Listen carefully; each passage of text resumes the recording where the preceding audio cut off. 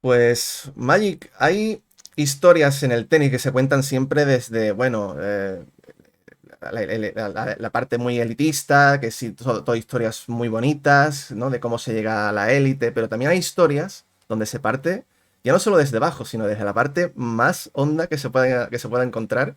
Y esa historia es la que tiene precisamente Dustin Brown, hombre, ha sido noticia esta semana. Ha sido noticia, José, porque ha perdido su ranking ATP individual y muchos habrán acordado de él, ¿no? Sobre todo muchos que por el año 2015, ¿no? Lo descubrieron un poco ese jamaicano Rastafari, que prácticamente no pertenecía a la cultura tenística. Tuvo un gran resultado que ahora repasaremos, pero lo que la gente quizás no conoce y no conocía en aquel momento es la tremenda historia que lleva detrás prácticamente a su espalda, ¿no? Como si fuese su bagaje, le ha marcado, le ha hecho ser quien es, y lo vamos a repasar aquí. Siempre nos gusta traer estas historias interesantes al canal, y la de Brown merece la pena y tiene tela que cortar, tiene tela que cortar. Tiene tela que cortar porque es un jugador que siempre ha querido ser tenista, siempre ha soñado con ser profesional y un día lo logró, llegó a lograrlo, ¿no? Pero lamentablemente para él, pues ya el tiempo no pasa en balde y ya pues después de todo esto, todos estos años, ya cumpliendo prácticamente 34, 38 años, perdón, pues evidentemente las cosas son así. Bueno, pues la historia de Dustin Brown, él nació, su madre es alemana, su padre es jamaicano, Leroy, la madre es Inche, alemana como digo. Y nacieron en Alemania, en Celle, y con el paso de los años, pues tuvieron que volverse a Jamaica, la tierra del papá, ¿no? Con 11 años se fueron, cuando Dustin Brown tenía 11 años, se fueron a Jamaica. Y allí, pues, él que quiso cumplir su sueño de ser tenista, empezó a entrenar, le gusta mucho jugar a tenis. Él jugaba a tenis desde los 5 años.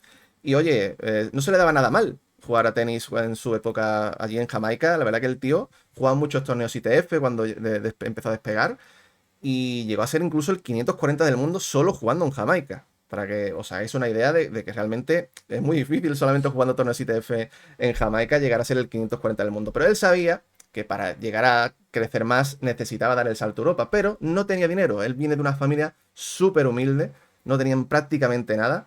Y es entonces donde la mamá pues fue a la Federación Jamaicana de Tenis un día para pedirle ayuda para que pues, su hijo pudiera ir a Europa y hacer circuito por Europa, que es donde se movía realmente el circuito de tenis. Pues la Federación Jamaicana de Tenis le dijo que no había dinero, lamentablemente, así que un poco empezó a esfumar el sueño, ¿no? Podemos Claro. decirlo así. Entonces la mamá, ese mismo día, se fue por la noche a la playa, allá en Jamaica, se abrió una cerveza, empezó a beberse la cervecita mirando la luna, y Magic se le ocurrió la idea de poder cumplir el sueño de Dustin Brown.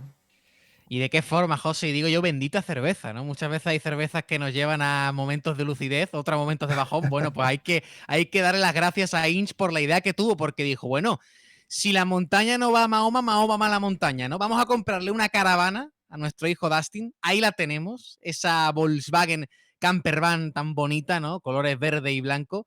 Y vamos a intentar vamos a dar el do de pecho, ¿no? Vamos a dar el todo por el todo para que Dustin pueda cumplir su sueño.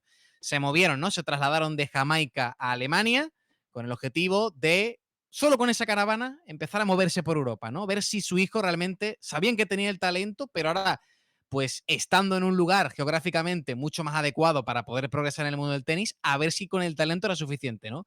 Y la verdad que los principios fueron duros, José. Un Dustin Brown muy joven, tú lo has dicho, familia no de demasiado nivel adquisitivo, viven en una caravana que era solamente para 3 personas, una caravana, ahí lo vemos, suficiente para 2, a lo mejor 3 personas con mucho, pero no más, o sea, exenta de grandes lujos. Entonces Dustin Brown pues tenía que hacer magia prácticamente para sobrevivir. Muchas veces podía perder en primera ronda de un ITF, se llevaba 100, ciento y pico dólares, con los impuestos se le quedaban $100 y con eso tiene que tirar una semana. Él mismo declaró que muchas veces cocinaba pasta para un mes. Tenía que tirar con la pasta que cocinaba para un mes. 3 personas, recordemos, sus padres la acompañaron en su sueño, porque no tenía más dinero. Pero bueno, el amigo Dustin, entre eso y que empezaba a ejercer de encordador, él encordaba raquetas a muchos de sus compañeros de circuito por 5 euros la raqueta, o sea, un precio súper bajo para poder tener dinero, pero oye, el tío fue empezando a progresar. En 2009 además tiene un cambio importante y es que cambia la nacionalidad de jamaicano a alemán y esto le da un poquito más de comodidad, empieza a entrenar con un nuevo entrenador que le enseñó muchísimo, en este caso el americano Kim Wittenberg. Y poco a poco, oye, jugando circuitos locales, el tío estaba un mes en Alemania, jugaba Futures en Alemania, luego pasaba un mes en Italia, iba allí con su caravana, de la familia Brown, ¿no? Ahí al completo. Y la verdad que el tío, oye, pues empezó a subir, cumplió su sueño, en el año 2010 se metió en el top 100, que ya esto es decir, él ya en esos momentos, pues oye, con un poquito más de liquidez económica, fíjate, al final de una caravana a establecerse en el circuito ATP, ¿no? Y llegan sus momentos, yo me atrevería a decir, José, bisagras, ¿no? Después de todas las penurias, por fin se pudo lucir en un gran escenario. Primero en 2014, José le gana a Rafa Nadal en Halle. Y ya muchos ahí descubren a Dustin Brown. Ese partido tuvo tela. Pero es que ese no fue la gran victoria de Dustin Brown, José. Es que hay otra todavía aún más impresionante. Es una victoria que yo creo que todo el mundo tiene en la cabeza. Yo creo que prácticamente todo el mundo que seguía el circuito por aquella época recuerda esta tarde. La tarde donde Dustin Brown gana a Rafa Nadal en Wimbledon. Todo el mundo Fíjate. pensaba, a ver, lo hizo en Halle, pero no es lo mismo hacerlo en Halle que hacerlo en Wimbledon. Bueno, pues la táctica perfecta. Aquí en el canal precisamente tú y yo hicimos un vídeo exclusivamente de lo que pasó en ese día y os dejamos aquí arriba el enlace de todos los highlights del partido, porque fue una oda, como decimos, al tenis ofensivo. Porque ese era el estilo de juego de Dustin Brown, era saque volea, atacar, pegarla de revés, de derecha, de todo. O sea, era una oda al tenis ofensivo, era muy vistoso, y no solo por la melena que tenía, que era súper complicado de jugar con esa melena. Él mismo dijo que no se ha pelado nunca, nunca Sí, sí, jamás. sí, sí, sí. Ha hecho muchas bromas siempre con su peinado el amigo Sí, sí, Dustin, sí. sí. O sea, en barbero seguro no gastaba. Ahí no se dejaba el dinero el tío, ¿no? Ahí seguro que no. Pues, como decimos, es una victoria que lo situó, ¿no? Le hizo ganarse un poco el corazón de la gente. Es verdad que no ha tenido grandes resultados en ningún gran torneo, pero es un jugador que más allá de los resultados, yo creo que todo el mundo le gustaba verlo. Ya no solo por el estilo que tenía, el look, sino por cómo jugaba y por el carácter que tenía, porque despertaba mucha admiración en la gente, ¿no?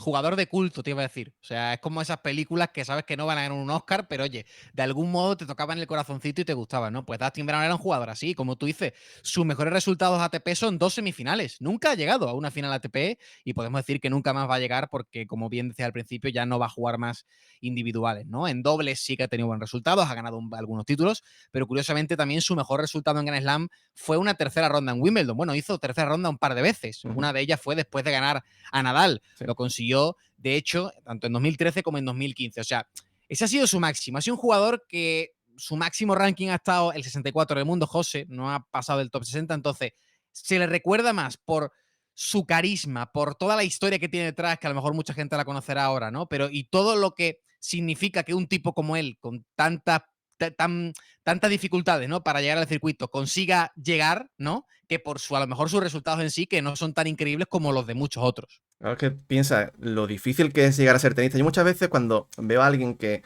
en una primera, segunda ronda de un Grand Slam enfrenta a un top y el top le mete una paliza y esa persona a lo mejor es el 80-90 del mundo y la gente muchas veces dice, qué matado, qué malo es, no sé qué. No se dan cuenta de lo difícil que es llegar a ser Sí. simplemente el 80-90 del mundo. Como tú has dicho, ha sido 64, pero fijaos lo que ha pasado a este hombre, cuántos años ha tenido que vivir con sus padres en esa caravana tan pequeña, dormir ahí en esa pequeña caravana, en ese pequeño sitio.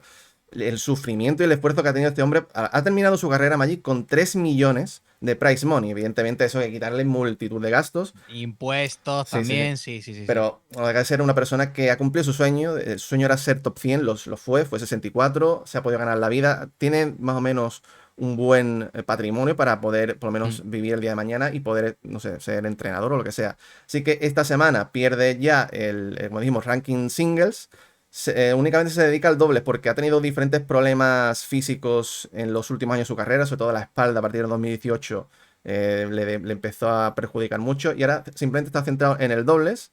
Eso sí, mencionando una cosa, Magic, se ha vuelto a nacionalizar jamaicano por su papá, Sí, por este hombre que lo tiene tatuado ahí. No es un tatuaje pequeñito, este no. hombre es Leroy, el papá de Brown, y ha vuelto a ser jamaicano como una vuelta a los orígenes, ¿no? Para finalizar ya su carrera, ¿no?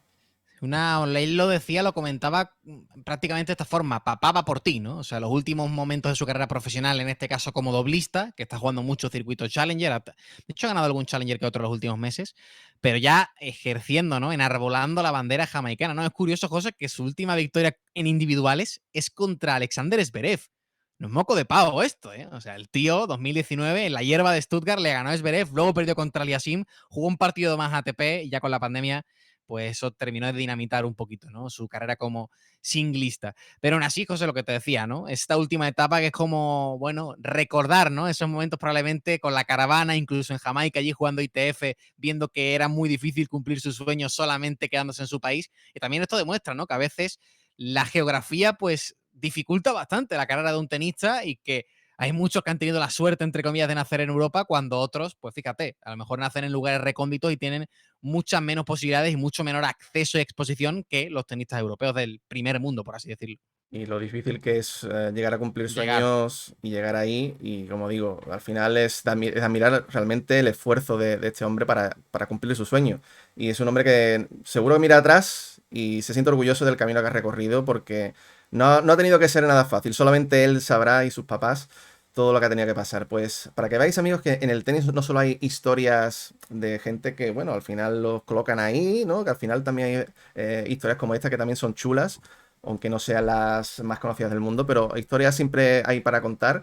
Y Magic, que la gente le dé al botoncito de me gusta y que nos deje en comentarios qué le parece, ¿no?